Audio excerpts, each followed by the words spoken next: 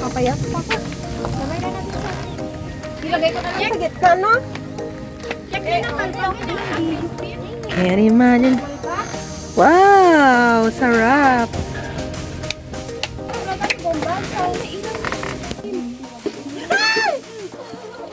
Buhay pa siyang bangus.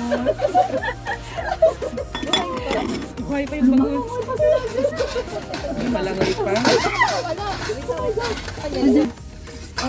Bago ng rice nila. In fairness. Bagong ani. Bagong ani? Oh, I like the,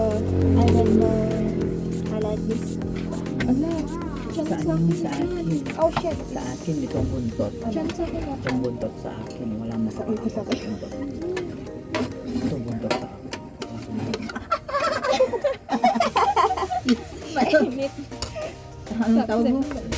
Sa haba-haba ng prosesyon, nakarating kami ngayon sa Kibal, kung saan kami ay kumain ng aming dinner. Ayan, maagang dinner yan guys. At saka maulan yan. At saka mabundok pa yan guys. Sobrang fresh ang air.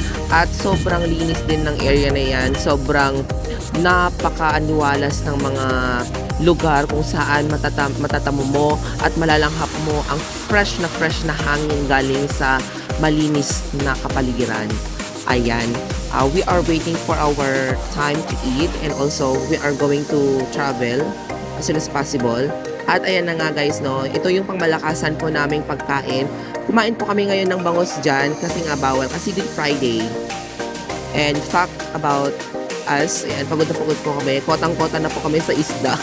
Yan na nga guys, no. Sobrang nakaka-amaze lang. Simple house, simple family, at saka napaka-accommodating nila. Napaka-welcome nila sa amin guys.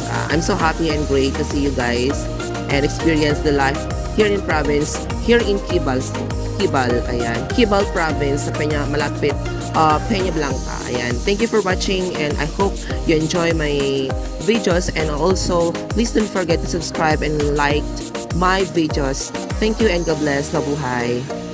At yan na guys, no, pagkatapos naming kumain, yan, for the picture taking muna for resibo na nakapunta kami dito.